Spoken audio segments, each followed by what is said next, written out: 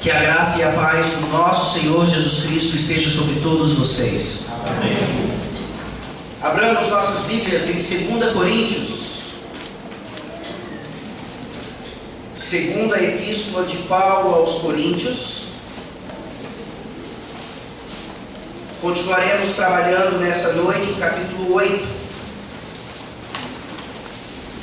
Vimos na semana passada que Paulo trata agora nessa carta daquilo que é tão essencial e fundamental nas nossas vidas e também na vida da igreja, o cuidado com as finanças, como devemos responder à graça maravilhosa de Deus, inclusive utilizando os nossos bens.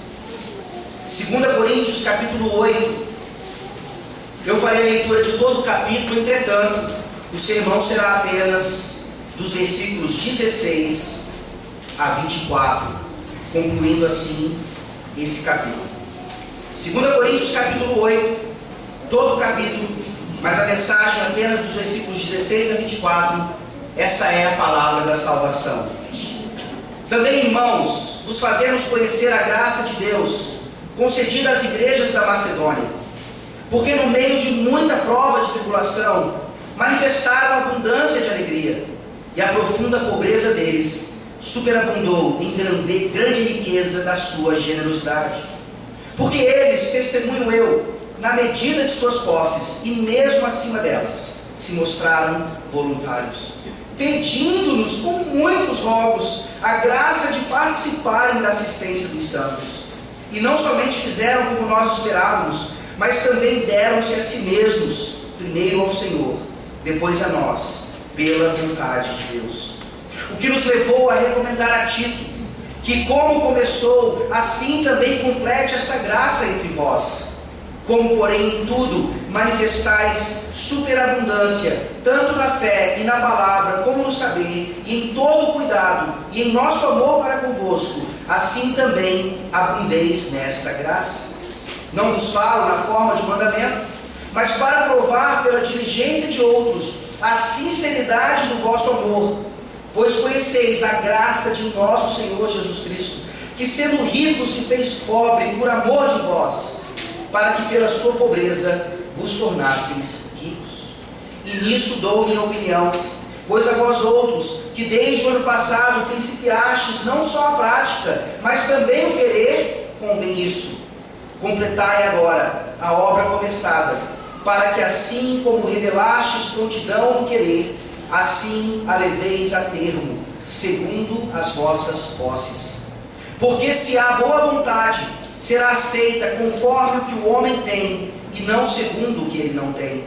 Porque não é para que os outros tenham alívio e vós sobrecarga, mas para que haja igualdade, suprindo a vossa abundância no presente e a falta daqueles, de modo que a abundância daqueles venha a suprir a vossa falta, e assim haja igualdade. Como está escrito: o que muito colheu não teve demais, e o que pouco não teve falta. Mas graças a Deus, que pôs no coração de Tito a mesma solicitude por amor de vós, porque atendeu ao nosso apelo, e mostrando-se mais cuidadoso, partiu voluntariamente para vós outros. E com ele enviamos um irmão, cujo louvor no Evangelho está espalhado por todas as igrejas. E não só isso, mas foi também eleito pelas igrejas para ser nosso companheiro no desempenho desta graça ministrada por nós, para a glória do próprio Senhor e para mostrar a nossa boa vontade, evitando assim que alguém nos acuse em face desta generosa dádiva administrada por nós. Pois o que nos preocupa é procedermos honestamente, não só perante o Senhor, como também diante dos homens. Com eles enviamos nosso irmão, cujo zelo em muitas ocasiões e de muitos modos temos experimentado. Agora, porém, se mostra ainda mais zeloso pela muita confiança em vós. Quanto a Tito, é meu companheiro e cooperador convosco. Quanto a nossos irmãos, são mensageiros das igrejas e glória de Cristo. Manifestai, pois, perante as igrejas a prova do vosso amor e da nossa exultação a vosso respeito, na presença destes homens. Amém. Amém. Vamos orar. Ó Deus bendito, graças te damos por tudo aquilo que o Senhor derrama sobre nós, inclusive os bens materiais. Obrigado, ó Deus, porque o Senhor tem nos dado de fato aquilo que nós precisamos e talvez até mais do que nós merecemos. Ó Deus Todo-Poderoso, nos ajuda nessa série de sermões aqui em 2 Coríntios a entendermos como nós precisamos utilizar melhor os nossos recursos, os nossos bens materiais, aquilo que se transforma então em oferta ao Senhor, em gratidão por aquilo que o Senhor nos dá em tanta abundância. Já aprendemos princípios maravilhosos na semana passada, nessa primeira parte do capítulo 8 de 2 Coríntios. Ajuda-nos, ó Deus, a continuar nessa noite, entendendo a sabedoria da Tua Palavra, o quão prática ela é, o quanto Paulo e o Teu Santo Espírito aqui se preocuparam em nos mostrar nos mínimos detalhes como nós devemos agir, como nós devemos nos portar em relação à tamanha importância no nosso meio, um valor monetário trazido à igreja, ofertado a Ti, em gratidão ao que o Senhor faz por nós. Ó Deus Todo-Poderoso, nessa noite, coloca no coração e na mente do Teu povo, dos Teus filhos, essa abnegação, essa liberalidade, esse intuito cada vez maior de investir no Teu reino. E te pedimos, ó Deus, por meio de um sermão tratando disso, que o Senhor mostre a liberalidade do Teu Filho na cruz do Calvário, salvando assim pecadores nessa noite, para que eles possam também começar a contribuir monetariamente para o avanço do Teu reino e tudo aquilo que é necessário no seio da igreja, na comunidade dos santos. Em nome de Jesus Cristo que nós oramos. Amém. Amém. Problemas no orçamento fazem presidentes cair. Problemas de inventário fazem famílias tão próximas se acabarem. Problemas de administração fazem empresas riquíssimas abrirem falência. Problemas financeiros são gravíssimos em todas essas áreas que nós mencionamos. Mas ainda maior, sem dúvida alguma, é o problema financeiro no seio da igreja, no meio do povo de Deus. Um empresário à beira da morte convoca o seu médico, o seu advogado e o seu pastor. E ali, no seu leito de morte, ele dá a cada um deles um envelope com 100 mil reais, dizendo para eles que ele não acreditava naquela ideia de que quando nós partimos para a morte, quando nós partimos pela morte, nós não levamos nada conosco. Ele queria que aquele médico, aquele advogado e aquele pastor, no seu velório, no seu sepultamento, colocassem ali no caixão o envelope dado a cada um deles. Ele faria a passagem com 300 mil reais junto dele. Eles fazem isso, colocam ali o envelope e ao voltarem para casa começam um confessionário. O médico é o primeiro e diz: preciso revelar uma coisa. Entreguei um envelope com apenas 50 mil reais, pois tenho uma clínica para terminar e vou usar os outros 50 para isso. O advogado, então, chocado com a confissão, também diz: eu coloquei apenas 25 mil, porque eu tenho pendências jurídicas que necessitam de todo esse valor. O pastor, então, olhando para eles, com aquela cara de total incompreensão, disse: que absurdo, que vergonha, eu deixei um cheque de 100 mil reais naquele caixão. Ele deixa o cheque, mas não o dinheiro. O cheque poderia ser descontado a qualquer momento, mas não o dinheiro. E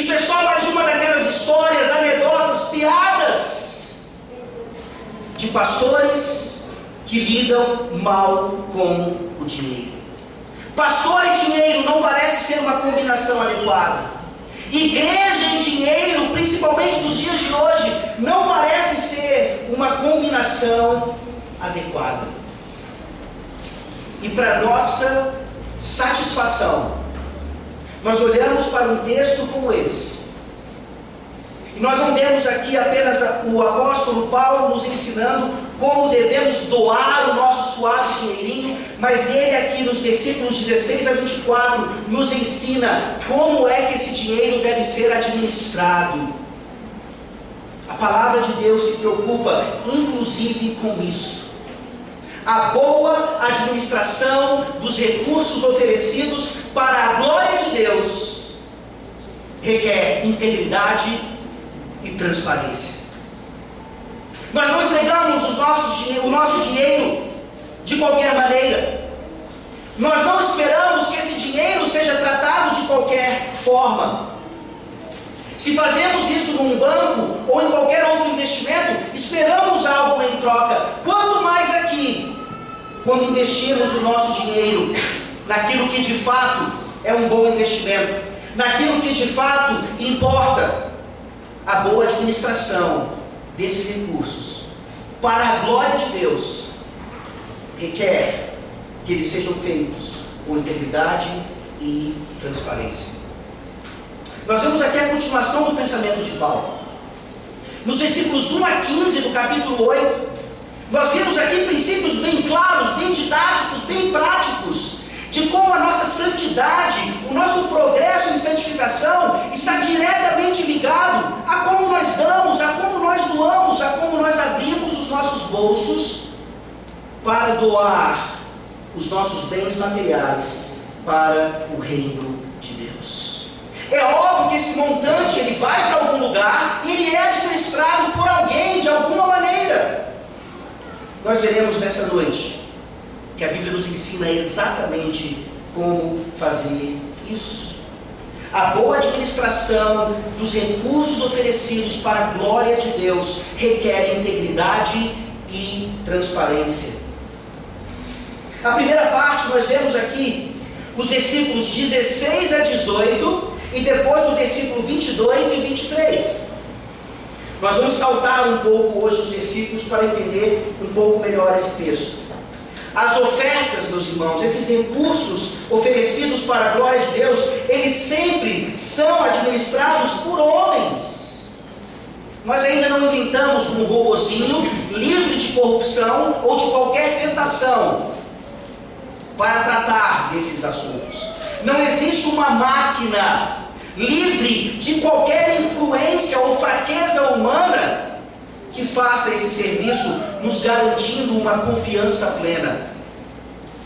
Paulo nos mostra então que tipo de homem é aquele que lida com esse tipo de questão.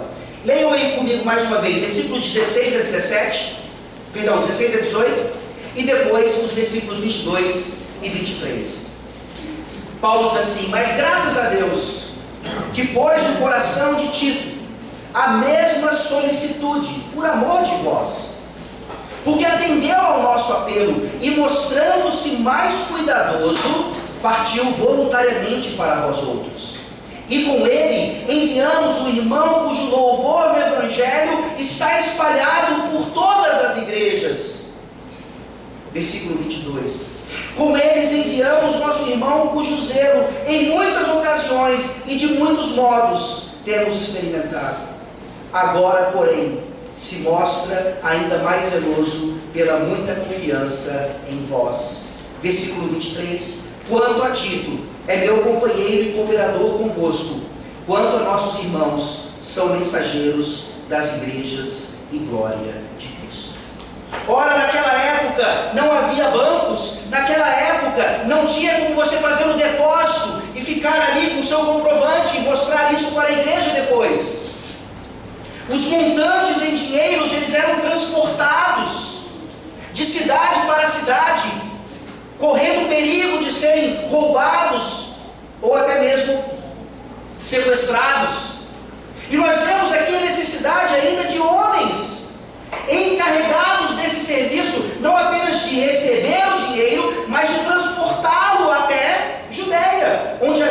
necessidade e para a qual aquela oferta estava sendo levantada. E aqui nós vemos 3 homens sendo descritos, e como as suas características são fundamentais para o nosso entendimento do que é uma boa administração dos recursos oferecidos para a glória de Deus. Nós começamos com um bem conhecido, versículos 16 e 17, Tito. Vejam aqui que características maravilhosas. Tito é apresentado aqui com solicitude.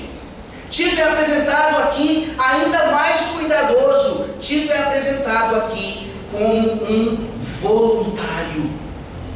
Ele voluntariamente se apresenta e diz para Paulo: deixa, Paulo, que eu vá e cuide desse assunto tão cabeludo, tão complicado, com aquela igreja que perdeu a sua confiança de alguma maneira em investir o seu dinheiro no reino de Deus. Nós nos lembramos que os coríntios começaram fazendo isso, e por alguma razão, por aquelas acusações infundadas dos falsos apóstolos em relação a Paulo, eles pararam de contribuir. Tito se coloca à disposição para tratar de um assunto que é tão fundamental e ao mesmo tempo tão polêmico. Essas são características fundamentais então para uma boa administração. Nós sabemos que lidar com essas coisas exige de nós solicitude, voluntariado e principalmente muito cuidado. Essas características estavam em Tito, e ele era plenamente capaz de tratar dessa questão. Mas ele não vai sozinho. Paulo mostra aqui no versículo 18 que tem um irmão que vai com ele. Esse irmão não é nomeado. Esse irmão não tem aqui um nome apresentado a nós, mas de forma irônica, é um irmão desconhecido, mas que era famoso pela sua dedicação ao Evangelho. É isso que Paulo diz: enviamos um irmão cujo louvor no Evangelho está espalhado por todas as igrejas. E aqui você lê os comentaristas e há várias especulações, mas nenhum deles pode cravar um nome.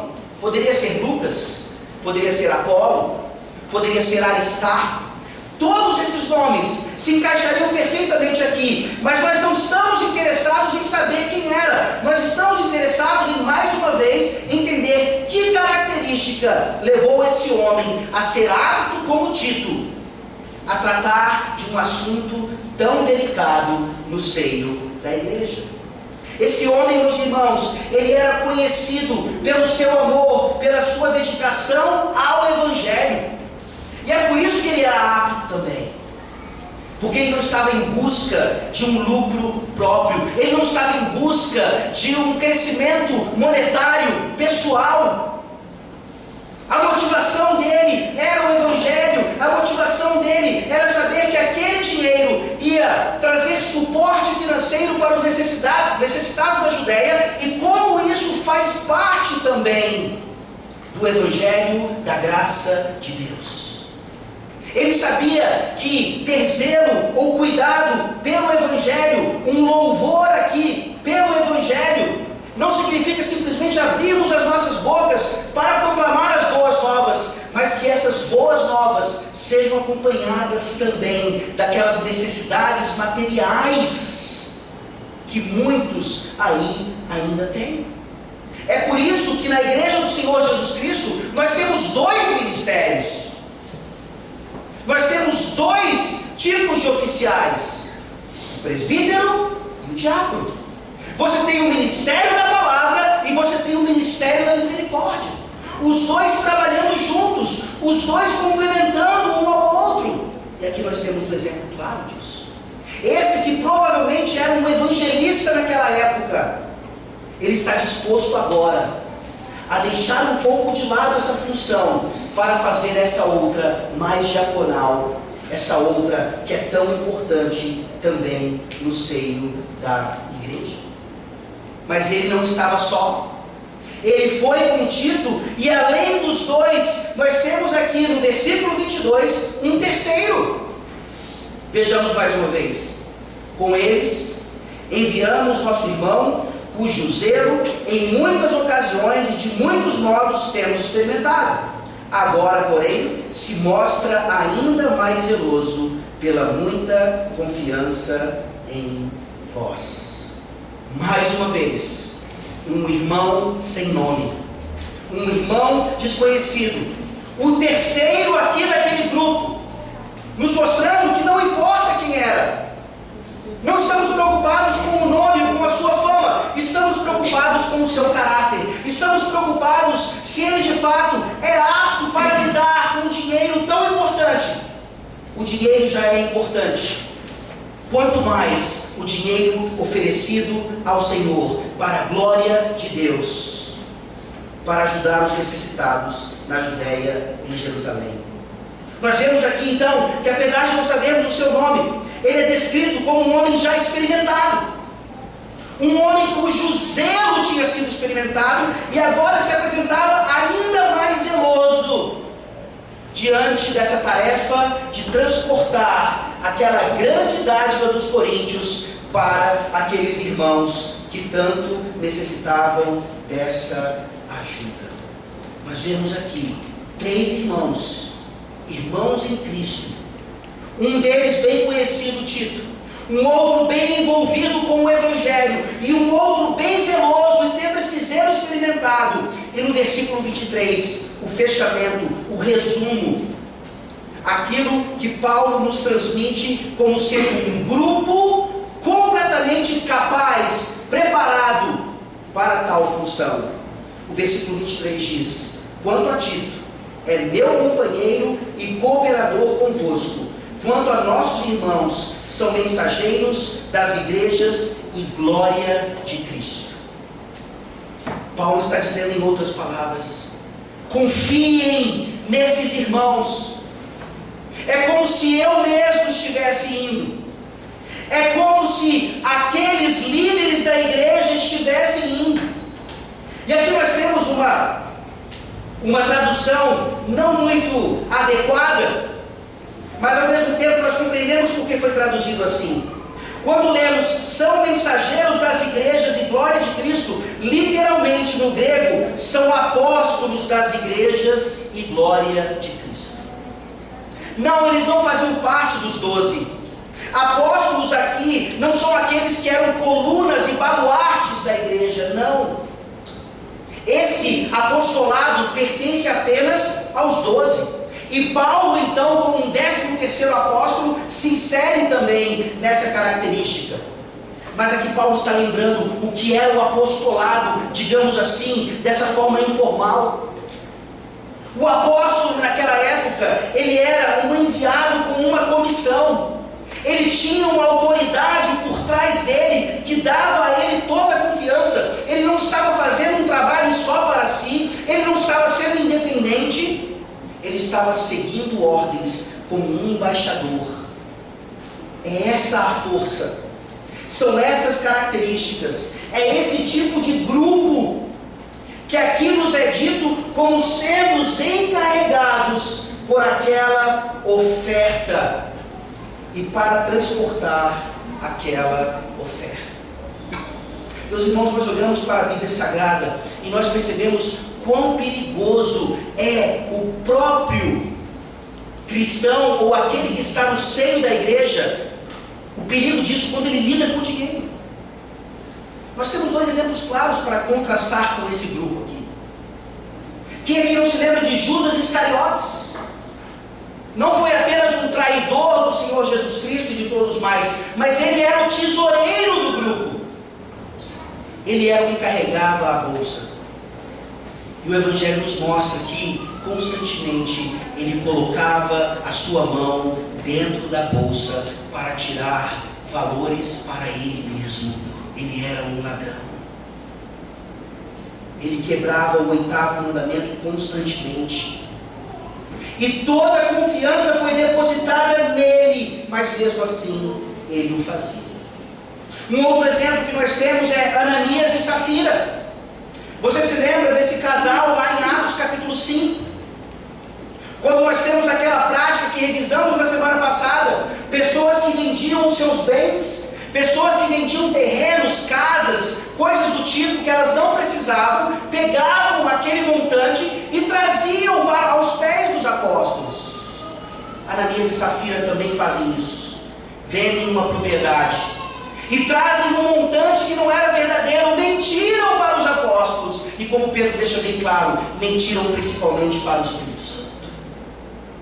Eles não precisavam ter trazido um montante. Eles não precisavam nem sequer ter vendido a propriedade.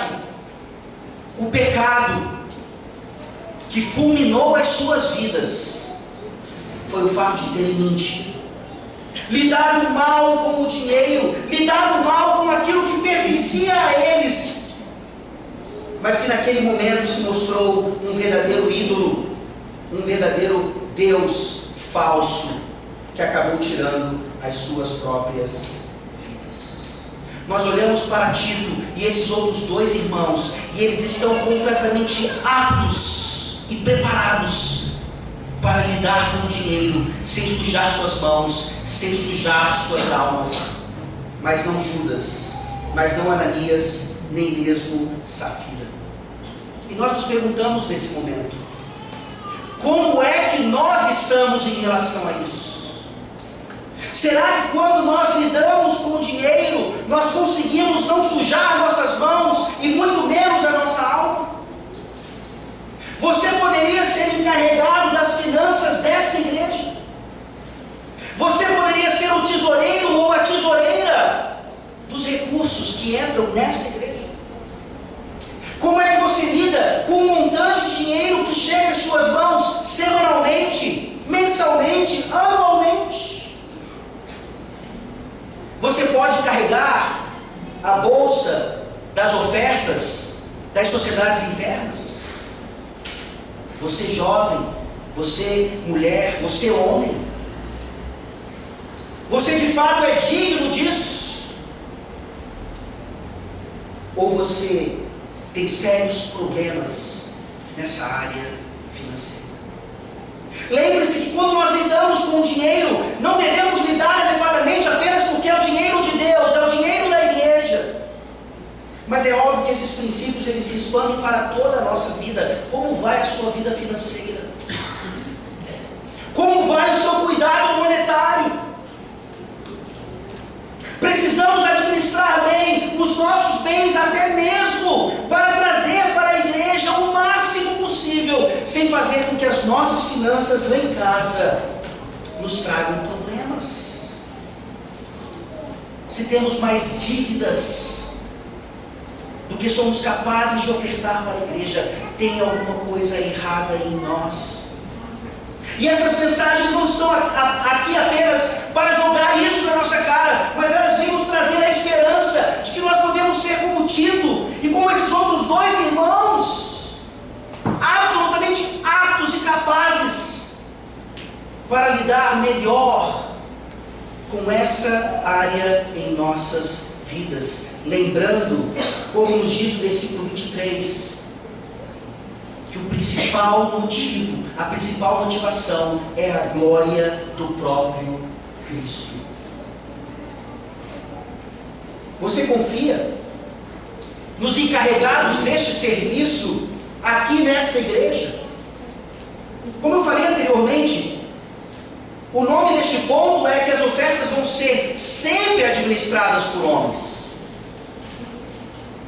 Você confia nos homens que foram chamados nas circunstâncias atuais para lidar com a quantidade de dinheiro que entra aqui? Eu espero que a resposta seja sim. Pois se a resposta for não, e isso lhe impede de trazer o seu suave dinheirinho para essa igreja, você precisa manifestar isso ao conselho dessa igreja. Você não pode usar mais como desculpa o fato de que você não confia em homens e por isso você não traz o seu dinheiro para a igreja. Esse é o ponto aqui. Nós olhamos para como essa igreja tem administrado os seus recursos e nós percebemos que os homens aqui, que tratam diretamente disso, são completamente aptos e capazes assim como eram Tito e aqueles outros 2 irmãos naquela época. Não use mais como desculpa o fato de você não confiar em homens para não trazer o seu dinheiro à casa do Senhor. Se essas características e esses nomes não são suficientes para convencê-lo disso, então deixe-me mostrar quão sério Deus é em relação aos recursos que entram aqui ou em qualquer outra igreja. Os homens vão continuar lidando com isso, mas Deus nos coloca agora o fato de que ofertas devem ser administradas com integridade e transparência. Versículos 19 a 21. Versículos 19 a 21. E não só isso, mas foi também eleito pelas igrejas para ser nosso companheiro no desempenho desta graça ministrada por nós, para a glória do próprio Senhor e para mostrar a nossa boa vontade, evitando assim que alguém nos acuse em face desta generosa dádiva administrada por nós. Pois o que nos preocupa é procedermos honestamente, não só perante o Senhor, como também diante dos homens. Esses homens que lidam com o dinheiro, eles claramente sabem que essas ofertas devem ser administradas com integridade e transparência. E aqui nós temos um princípio fundamental na administração de recursos. Nós temos aqui, fluindo das Sagradas Escrituras, o fato de que isso deve ser tratado de forma plural. Se tem uma coisa da qual você deve ter medo ao lidar com o dinheiro, é fazer isso por conta própria. Ainda mais na igreja do Senhor Jesus Cristo. Nós vimos anteriormente que 3 irmãos bem preparados foram encarregados de tal função. A pluralidade aqui é essencial. O dinheiro é capaz de corromper facilmente, assim como o poder. Dinheiro e poder, deixados em uma só pessoa, centralizados em uma só pessoa, podem fazer com que aquela pessoa caia e caia rapidamente. Não seja encarregado de uma tarefa como essa, sozinho. A questão aqui é óbvia. Na pluralidade, você tem uma prestação de contas maior. Em outras palavras, é mais difícil que você quebre o 8º mandamento, não furtarás, se você tem outras pessoas trabalhando com você. É o sistema de cobrança, o sistema de prestação de contas. Nós vemos aqui no versículo 19 um princípio ainda mais maravilhoso. Aquele segundo irmão, o primeiro que não foi mencionado pelo nome, ele foi eleito pelas igrejas para o desempenho da graça ministrada por eles. A palavra aqui é a mesma utilizada para a eleição de oficiais na igreja. A igreja participa disso, elegendo um representante, elegendo e reconhecendo alguém que de fato é capaz de fazer isso. E ao fazer isso, aquele que é chamado para tal função, tendo o reconhecimento público e corporativo, mais uma vez, vai ter o seu trabalho facilitado e não dificultado, principalmente em relação à prestação de contas.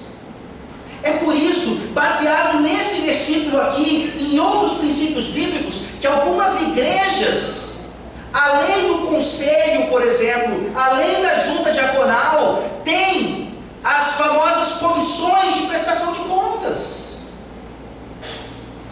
Nós olhamos para uma igreja e nós percebemos que isso não é obrigatório, mas também não é proibido. Uma comissão de prestação de contas, eleita pela igreja, reconhecida pela igreja, facilita então o trabalho e a administração com integridade e transparência desses recursos que entram no tesouro, no cofre daquela igreja. Como é que essa igreja, como é que essa assembleia aqui tem participado disso?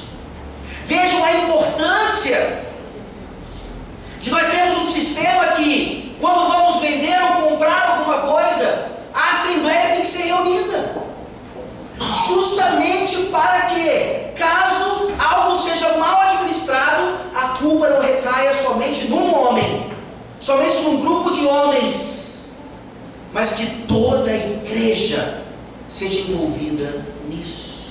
É bíblico. A igreja não apenas traz o seu dinheiro, a igreja não apenas participa dessa maneira, mas ela está aqui, naquela reunião ordinária, todo ano, vendo o orçamento que é apresentado, a prestação de contas do ano anterior e o orçamento previsto para o ano seguinte. Da próxima vez, não saia rapidamente, permaneça aqui, faça perguntas, interrogue, veja se de fato o reino de Deus está sendo expandido por meio daquilo que nós trazemos para a igreja do Senhor. Paulo continua, e ele vai nos mostrar aqui um princípio tão fundamental em outras áreas da vida, e talvez principalmente aqui, o evitar a aparência do mal. Vejam como ele diz no versículo 20: evitando assim que alguém nos acuse em face desta generosa dádiva administrada por nós. Paulo, em 1 Coríntios, ele já tinha ensinado que ele tinha direito de receber dos coríntios algum dinheiro, algum valor, algum sustento, mas ele abre mão, porque ele sabia que ali no meio, pessoas o estavam acusando de estar pregando o evangelho apenas por ganância. Ele abre mão disso. E apesar de abrir mão daquilo, ele continua sendo acusado agora a requerer essa coleta aqui, não para os necessitados de Jerusalém, mas para o seu próprio bolso. E ele deixa bem claro, então, é fato, devemos evitar a aparência do mal, principalmente nessa área. E eu não sei se você vai se lembrar, mas eu me lembro muito bem de um vídeo que saiu na televisão, de uns pastores da Universal, e ali incluíam Edir Macedo, numa espécie de barco, contando dinheiro e olhando para a câmera e rindo, como se ali eles estivessem zombando da ignorância daqueles que haviam dado aquelas quantias. E nós vemos isso sendo uma acusação da igreja evangélica de uma forma geral. Como eu falei anteriormente, parece que todo pastor tem o objetivo de enganar as ovelhas e tirar o máximo de dinheiro delas. Toda a igreja parece ter esse fim. E de fato, quer abrir uma empresa que dê lucro? Abra uma igreja. Monte uma denominação, engane o povo e você rapidamente vai fazer muito dinheiro. Mas ela não pode ser uma igreja séria, ela não pode ser uma igreja tradicional, ela não pode ser uma igreja bíblica, porque do contrário, você não vai enriquecer por esse meio. E não são apenas as igrejas ou supostas igrejas neopentecostais que fazem isso. Nós olhamos para o catolicismo romano e toda a sua riqueza e a questão da desigualdade ali mesmo, e nos lembramos de um fato histórico. Num determinado momento, o Papa estava contando uma grande quantia em dinheiro e disse para Tomás de Aquino: veja Aquino, a igreja não pode mais dizer ouro e prata não temos, como disse Pedro lá em Atos. Ao que Aquino respondeu: de fato, Santo Padre, mas a igreja também não pode dizer levanta e anda, como Pedro disse. Meus irmãos, isso está em todo lugar. E nós olhamos para uma situação que poderia ser a situação da nossa igreja. Será que há problema em uma igreja, por exemplo, ter no seu caixa 15 milhões de reais? De jeito nenhum. Mas nós ficamos sabendo de uma igreja em Recife que está disposta a investir, se é que a palavra é essa, 15 milhões de reais na reforma do seu local de culto.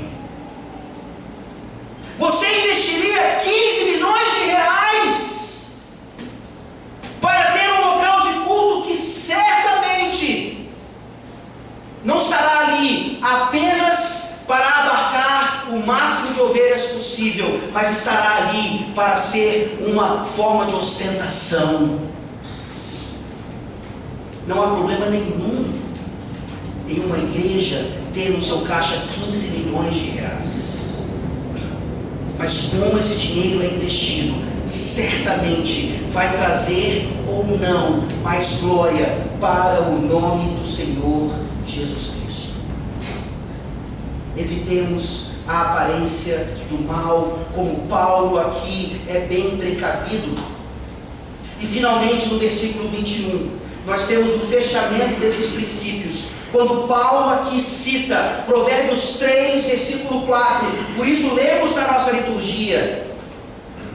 E daquele livro, Paulo tira o seguinte princípio, versículo 21. Pois o que nos preocupa é procedermos honestamente, não só perante o Senhor, como também diante dos homens. É essa a sua preocupação? Não só em relação a dinheiro, mas em relação a qualquer área da sua vida.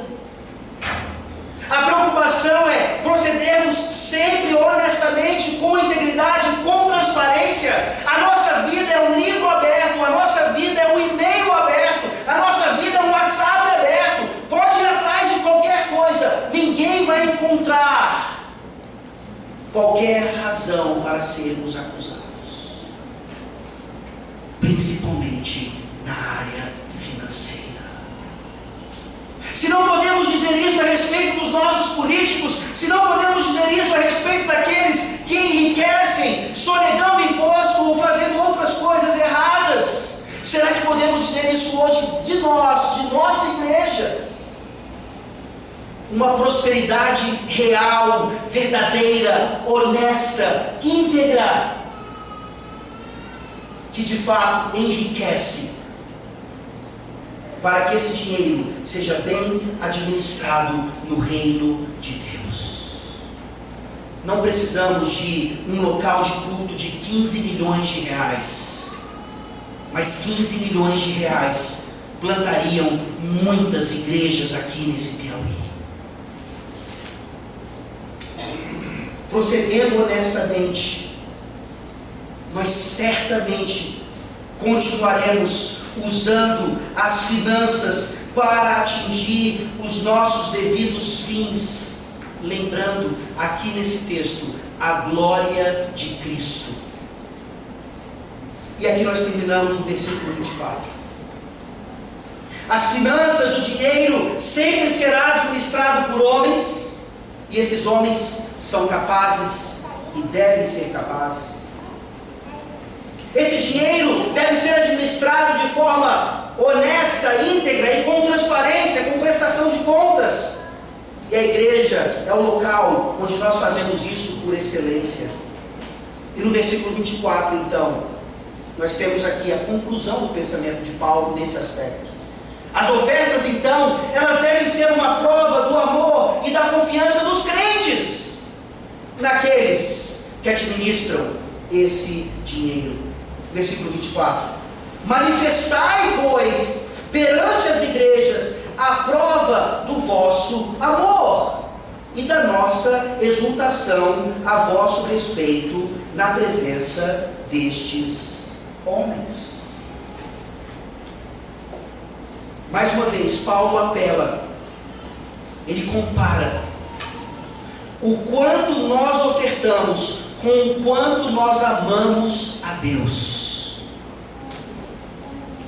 Se você ainda não entendeu que a sua oferta trazida para este lugar não é para o pastor, não é para o conselho, não é para qualquer pessoa desta igreja, mas sim para Deus, você realmente ainda não entendeu o que Deus fez por você.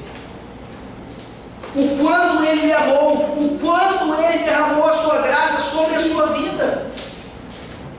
Não há por que ter qualquer desconfiança. Você tem todo o direito e toda a liberdade para saber exatamente o que é feito com o dinheiro desta igreja. Mas aqui nós somos bíblicos e nós entendemos que existem representantes eleitos pelo povo que lidam com esse dinheiro. Se você ainda não entende a forma como isso acontece nessa igreja, deixe-me dizer para você, nessa igreja específica, nas nossas circunstâncias, hoje nós temos um tesoureiro que é o presbítero Ayrton, que não trabalha sozinho com esse dinheiro, mas trabalha em especial com todo o conselho da igreja, tendo ali toda a transparência, prestação de contas, honestidade, integridade, tudo o que a Bíblia nos ensina a fazer. O dinheiro é tratado de forma perfeita? Talvez não, porque nós somos imperfeitos. Mas é por isso que você vai continuar não trazendo o seu dinheiro para a igreja? É por isso então que você vai dizer, enquanto não houver uma comissão de prestação de contas, como havia antes talvez, eu não trarei o meu dinheiro para a igreja. Eu gostaria de mostrar para você que se você faz isso por querer ou não, em última instância, você está dizendo, eu não confio no conselho desta igreja para administrar os recursos que entram aqui. Isso é muito sério, isso é muito grave. E caso você pense assim, seja honesto e íntegro, e procure o conselho desta igreja, para confessar aquilo que eu digo para você nessa noite, é um pecado na sua vida. Você está deixando de fazer aquilo que Paulo está aqui dizendo, manifestai a prova do vosso amor na presença destes homens. Em última instância, então, nós não ofertamos por causa dos homens, nós ofertamos por causa de Deus. E se homens tratam mal o dinheiro ofertado a Deus, eles vão pagar por isso e prestar contas por isso. Que Deus nos livre de sermos como Judas ou como Ananias e Safira. Gostaria de terminar concluindo citando Calvino, que disse o seguinte: portanto, quanto mais alta a posição que ocupamos, maior é nossa necessidade de imitar cuidadosamente a maneira circunspecta e modesta de Paulo, principalmente nessa área monetária. Meus irmãos, o nosso maior modelo não é Paulo. O nosso maior modelo é o próprio Cristo, que sem dúvida alguma viveu honestamente, com integridade e total transparência diante de Deus e dos homens. Quando buscaram alguma acusação contra ele para levá-lo para a cruz, não encontraram. Precisaram de falsas testemunhas e falsas provas para levá-lo até aquela pena capital que era nossa e não dele. Esse Cristo, se você nessa noite ainda tem alguma dúvida de como você deve dar o seu dinheiro em resposta à graça de Deus, esse Cristo entregou a vida dele por pecadores incondicionalmente. Me responda algo da forma mais honesta possível. Se Cristo fosse entregar a vida dele na cruz, mediante o seu bom uso da cruz, ele teria feito tal sacrifício? Se Jesus fosse sacrificar a sua vida, condicionado àquilo que nós faríamos em relação à cruz, ele nunca teria feito isso. Mas incondicionalmente, ele nos amou. E incondicionalmente, nós devemos manifestar o nosso amor por Deus, para a glória de Cristo, entregando os nossos bens para o reino, para que ele cresça e continue manifestando cada vez mais o poder de Cristo em nosso meio. Vamos orar.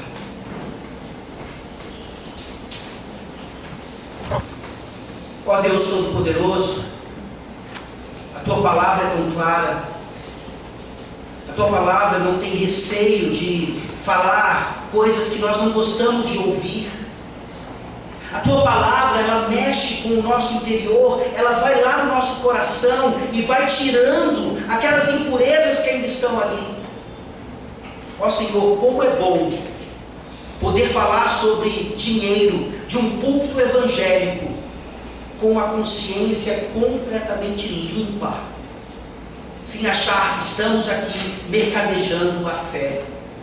Obrigado, ó Deus, porque o Senhor tem levantado nessa igreja homens sérios, zelosos, voluntários, para lidar com uma situação tão delicada, o dinheiro dos outros, principalmente um dinheiro dedicado ao Senhor. Ó Deus, abençoa o presbítero Ayrton como o tesoureiro desta igreja, todo o conselho. Levanta, ó Deus, a junta diaconal cada vez mais para trabalhar também nessa área.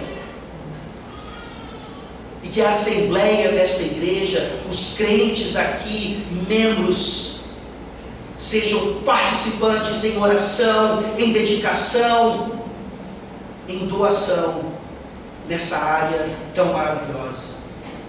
E se um dia, Senhor, nós tivermos 15 milhões de reais no nosso caixa, nos ajuda a investir esse dinheiro da melhor maneira possível, para a glória do Teu nome, e não para a ostentação da nossa igreja. É em nome de Cristo Jesus que nós oramos. Amém.